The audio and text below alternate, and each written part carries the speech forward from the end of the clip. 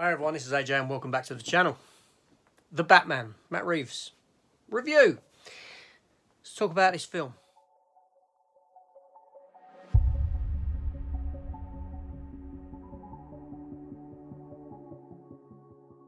Okay, so the Matt Reeves film has just come out. I've had the opportunity to watch it. I was invited along. Now, this film has a certain duality to it, much like Batman himself, for me anyway.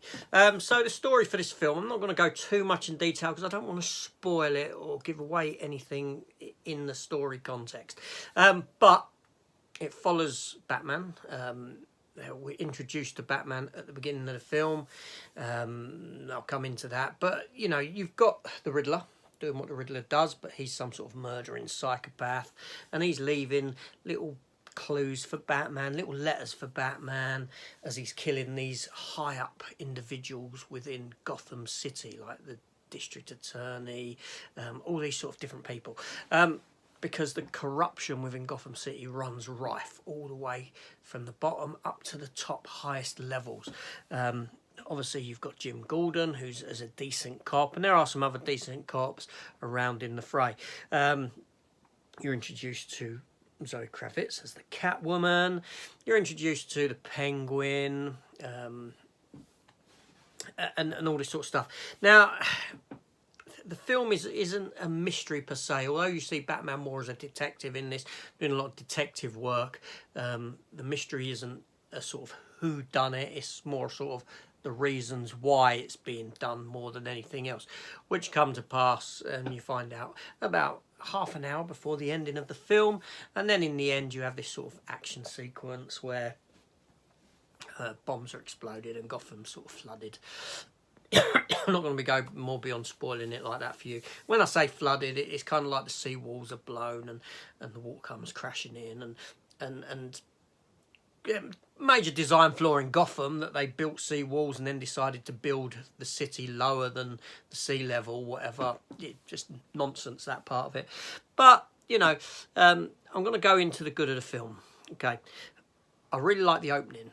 When we're first introduced to Batman, when the Bat logo goes off and we're shown Gotham City, and it's a sort of aesthetic that's more different than what we've seen before, in that it's constantly raining in Gotham City. So I think that was a decision that's been made solely because we haven't really seen Gotham City in the rain before, and the film had a very sort of Taxi Driver-esque feel to it, with the city and how the city looked. Now, it was very interesting that they've taken this kind of an aesthetic, given that the Joker movie is very similar in its look to what this film is. Obviously, this film is more present day, but the Joker's set during the 80s.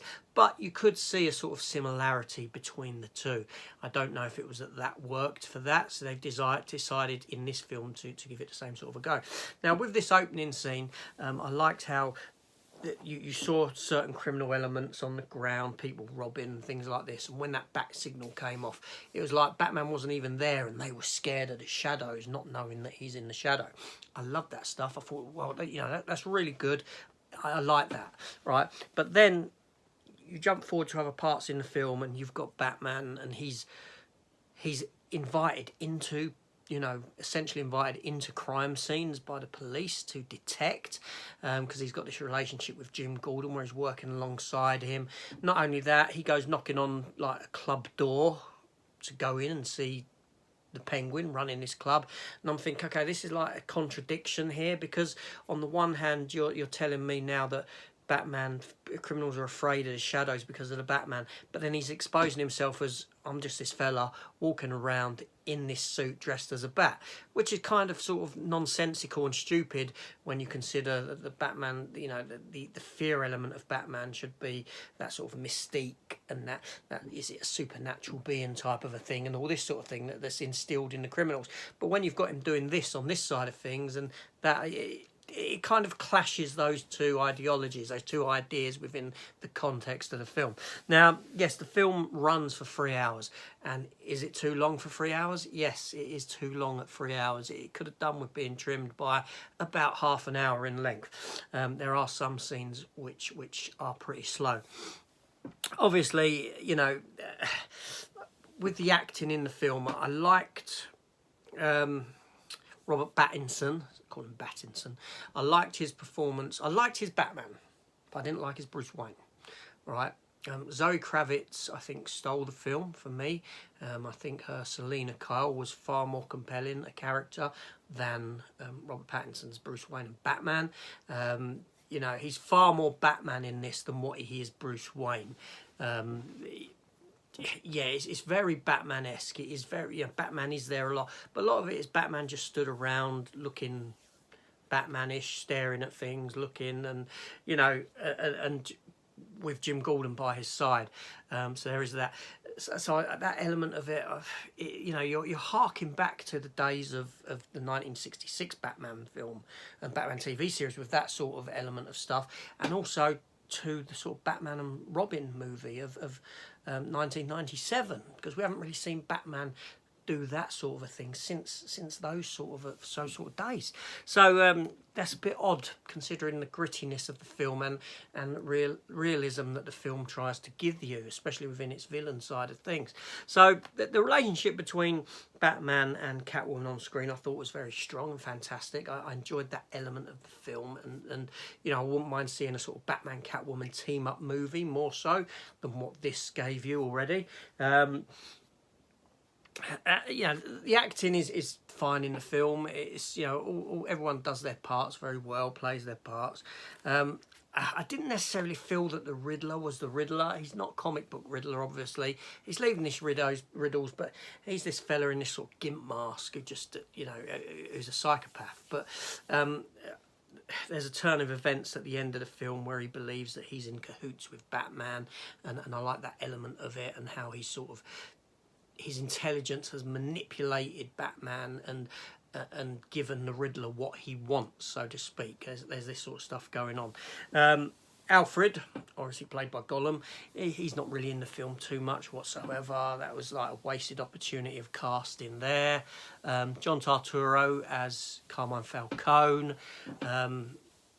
I'm surprised, you know, that they cast him in that role, to be honest. It wasn't really what I'd expected. But yeah, so, you know, all in all, I had concerns about this film when it hit. I did have concerns. And I've steer cleared of all marketing material bar that very first trailer. And I've gone into this film with a sort of reluctance, because I think Batman's very overdone now. There's been so many films that he's been in. It only seems like the Dark Knight trilogy was yesterday, and then we had the Affleck era after that, you know. So it's like Batman's just never been, they've never stopped with Batman. They need to stop and take a break at some point, right? I even done a video just yesterday or the day before with my future concerns for Batman, and where you go beyond this series of films that you're doing now because of how they're portraying it. So there's a duality, like I said, to this film, in that, you know, you're giving us stuff that we haven't seen since Batman of old on the TV, but you're portraying it in this world of you know, this realistic, very, very gritty, violent, dirty, almost horrific kind of a world. Yeah. Now, the soundtrack for the film I thought was fine. It's got this sort of like 4-tone motif for Batman, which is played throughout the film, which is quite effective. I'll give it that. I would hum it for you, but I can't remember it. It's gone out of my head. So the soundtrack, although not as strong as the Nolan soundtracks for his films, or even Tim Burton's score, which is very memorable, Batman score, it's very suitable for what we get within this movie. The cinematography is fine, but it's a very dark film. It's a very gritty, dark film, and it makes the Nolan trilogy look quite bright, to be honest with you, in how this film is shot, how it's filmed, how it's the location settings and all this sort of thing. It just gives you this element of grunge, so to speak. But yeah, so all in all, I mean, you know, for me, is this as good as the Nolan trilogy? No, it's not. It's not as good as Nolan. Is it as good as the first two Tim Burton movies. No, it's not. I would put those films above this film, certainly. The film needs a second viewing for me. It certainly does, but at 3 hours long, I don't know when that second viewing is going to come. I will say that the pacing is pretty good in the film. It's not off or anything like that. There's a couple of elements to the film where the pacing does lull, and then certainly, you know, it does, but it does feel like, you know, it could have been trimmed somewhat, that there is an element that it's a bit too long, but other than that, it was a fine film. It was you know, it was an okay film. It wasn't a great film. Yeah, but then that's just my opinion, and that's what film is. It's your own personal opinion on it. And I'm sure a lot of people will love this film. I think it's the best thing since Batman's, I don't know, Dance with the Devil in the Pale Moonlight. There you go. Anyway, this is AJ. That was my review, my thoughts on this film. That's it. That's all I've got to say. This is AJ. Thanks for watching. Please consider hitting the subscribe button, joining me on some future endeavours and future film reviews, which there will be some. And I'll see you later. Take care all, and goodbye.